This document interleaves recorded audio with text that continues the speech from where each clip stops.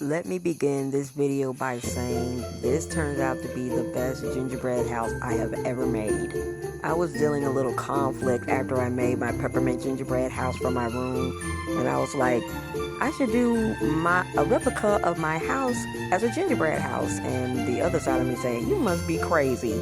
So I like challenging myself, and I got started on making this gingerbread house as a replica of my house. For starters, I took pictures of the entire house, outside of the house, front, sides, and back, so that I can get started on making the miniature of it into a gingerbread house. I made the floorboard and every piece of the house that I need to make it look exactly like my house. I didn't have any problems while making this project. The measurements were a little off, but it was a good thing that my gingerbread is nice and soft, so that I can use my paring knife to minimize the measurements so that it can fit around the floorboard, or make sure that it can touch each and every wall that I've made.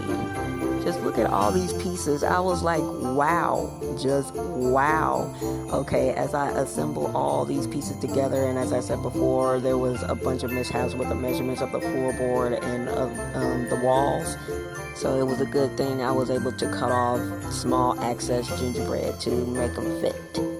As I was assembling all of these pieces together, I got way too excited. I still can't believe I am doing this, and I can't believe the outcome, that it turned out beautifully. Just look at it.